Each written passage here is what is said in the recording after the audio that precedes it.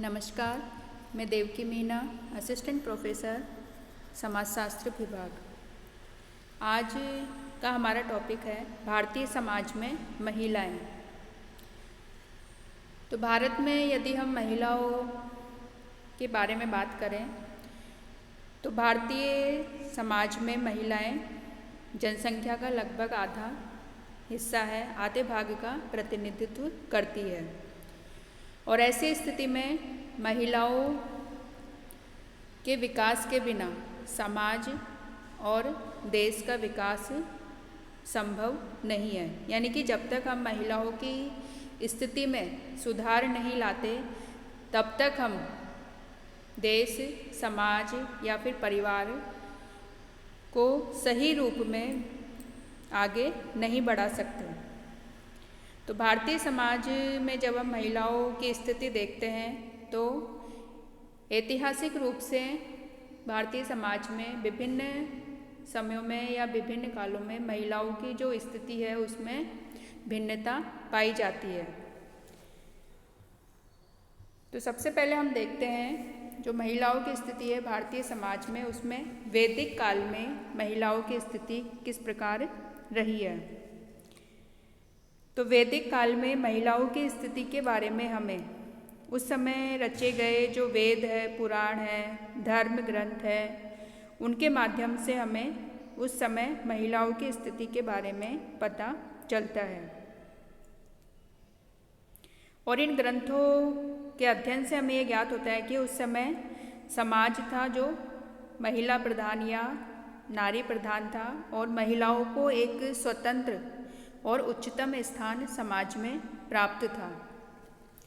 और वैदिक काल में महिलाओं को सभी प्रकार के अधिकार प्राप्त थे। और जैसे कि अनेक जो वेद मंत्र हैं उनसे हमें ज्ञात होता है कि जिनमें जो विश्वतारा, शर्मा, अपाला, घोषा, लोपामुद्रा, गार्गी, अरुंधति आदि जैसी जो महिलाएं थीं उनका समाज में बहुत बड़ा और सम्मानपूर्ण स्थान था। और ये जो महिलाएं थीं वो ऋषियों से शास्त्रार्थ करने में निपुण थी। यानी कि उस समय ये हम इन महिलाओं की जो स्थिति थी उनसे हमें ये पता चलता है कि उस समय महिलाओं को जो शिक्षा प्राप्त करने का जो अधिकार था वो लगभग सभी महिलाओं को प्राप्त था। और शिक्षा का जब महिलाओं को अधिकार प्राप्त होता है तो शिक्षा प्राप्त करके वे और क्षेत्रों में भी आगे बढ़ती है। तो इस प्रकार वैदिक काल में हम ये कह सकते हैं कि महिलाओं का समाज में एक महत्वपूर्ण स्थान था और हर क्षेत्र में, चाहे वो शैक्षिक हो, आर्थिक क्षेत्र में, यहाँ तक कि राजनीतिक क्षेत्र में भी महिलाओं का वर्चस्व था। वैदिक काल के बाद हम बात करते हैं उत्तर वैदिक काल की या धर्मशास्त्र काल की। तो उत्तर वैदिक काल में महिलाओं की जो स्थिति थी उसमें गिरावट आने लगी और समाज में जो महिलाओं को पुरुषों के साथ जीवन के हर क्षेत्र में बराबर का स्थान प्राप्त था, उनकी अपनी एक स्वतंत्र पहचान थी, उसमें अब धीरे धीरे कमी आने लगी और समाज धीरे धीरे पुरुष प्रधान समाज होता गया। और जिससे कि महिला की समाज में भूमिका थी, उसकी समाज विकास में जो भूमिका थी महिलाओं की वो धीरे धीरे कम होती चली गई। इसके बाद हम देखते हैं मध्यकाल में महिलाओं की स्थिति। तो मध्यकाल में हम देखते हैं कि 16वीं शताब्दी से लेकर 18वीं शताब्दी तक का जो काल है वो मध्यकाल कहलाता है। और इस काल में भारतीय समाज में अनेक जो मुगल शासक है उनका शासन रहा। और मध्यकाल में महिलाओं को घर की 4 दीवारी के बीच कैद कर दिया गया और लगातार जो बाहरी आक्रमण थे उनमें भागीदारी परिवार और समाज को सुरक्षा प्रदान करने के कारण पुरुषों का जो गौरव था वो समाज में बढ़ता चला गया। और धीरे धीरे ये स्थिति आ गई कि कोई सुविधा या सुरक्षा जुटाते रहने के कारण पुरुषों के वर्चस्व को समाज में भी मान्यता दे दी गई। और ऐसी स्थिति में महिलाएं थी वो केवल भोग विलास की जो पर्याय थी वो बनकर रह गई और उनका कार्य केवल सज संवर कर पुरुषों की इच्छा पूर्ति करना अथवा उनके बच्चों की माँ बनकर उनकी देखभाल करना मात्र रह गया और उनके विचारों का और उनकी इच्छाओं का कोई अर्थ नहीं रह गया। यानी कि कुल मिलाकर मध्यकाल में हम ये कह सकते हैं कि महिलाओं को घर की 4 दीवारी के भीतर कैद करके रख दिया गया और उन्हें जो उनके अधिकार थे वैदिक काल में शिक्षा संबंधी अधिकार, राजनीतिक अधिकार, आर्थिक अधिकार, वो लगभग सब अधिकार उनके समाप्त हो गए। अब हम बात करते हैं आधुनिक काल में महिलाओं की स्थिति। आधुनिक काल में हम देखें तो सबसे पहले ब्रिटिश काल में हम देखते हैं कि मुग़ल साम्राज्य के पतन के पश्चात भारत में अंग्रेज़ों का शासन हो गया और अंग्रेजी शासन के फलस्वरूप अंग्रेज़ों ने यहाँ पे शिक्षा को बढ़ावा दिया और शिक्षा का प्रचार प्रसार किया और जिसके फलस्वरूप शिक्षा के प्रचार प्रसार का प्रभाव महिलाओं पर भी पड़ा, समाज में जागरूकता आई और इस समय विभिन्न जो थे समाज सुधारक हुए।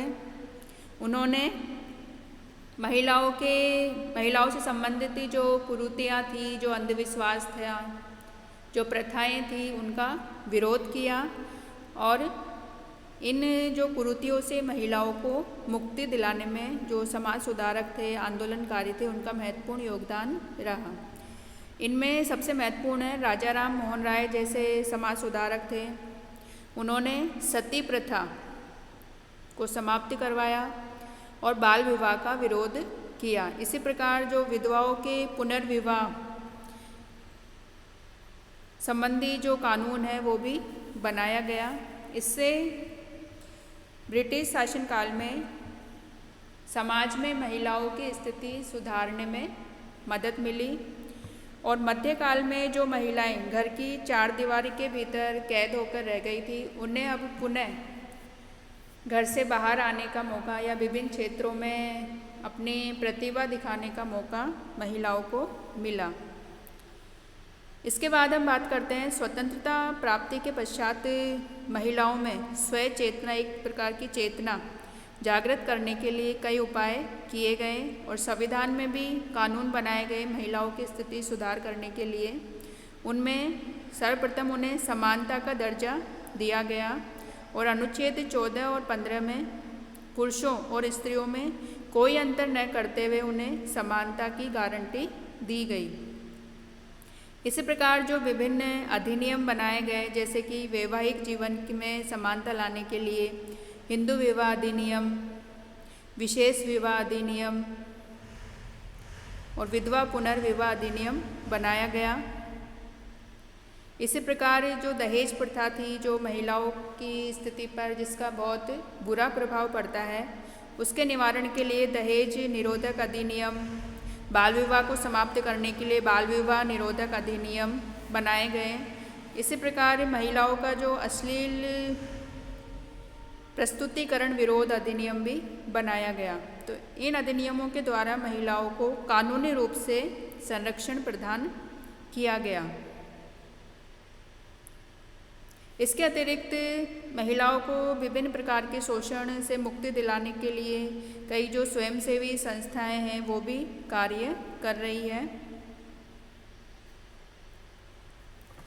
तो इस प्रकार हम कह सकते हैं कि आधुनिक काल में महिलाओं की स्थिति में सुधार हुआ है और विभिन्न कानूनी उपायों से महिलाएं आगे बढ़ रही है और विभिन्न क्षेत्रों में वो अपनी प्रतिभा का परिचय दे रही है।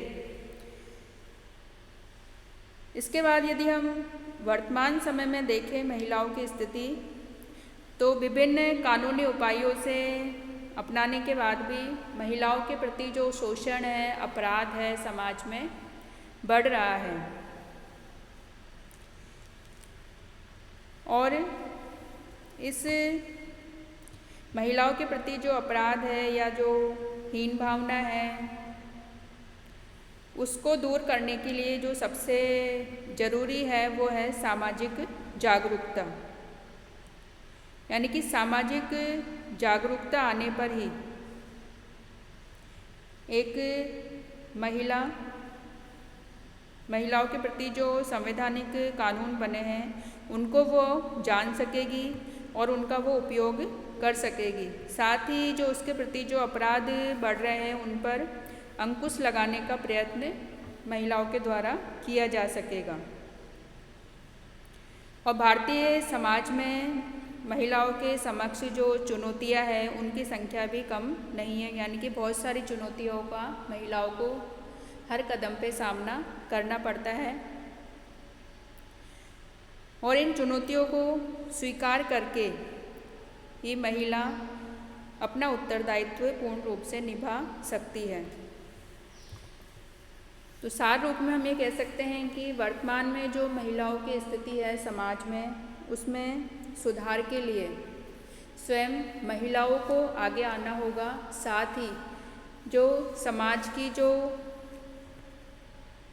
सामाजिक जागरूकता है, मुख्य रूप से जो पुरुष मानसिकता है महिलाओं के प्रति उसमें बदलाव लाने की आवश्यकता है।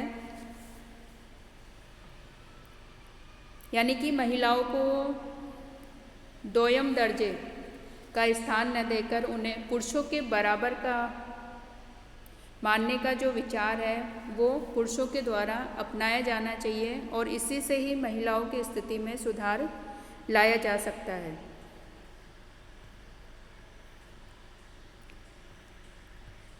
साथ ही महिलाओं को भी अपने स्थिति में अपनी जो उनकी जो समाज में स्थिति है उनके प्रति जागरूक होना होगा और उसमें सुधार के लिए स्वयं महिलाओं को आगे बढ़कर प्रयास करने होंगे।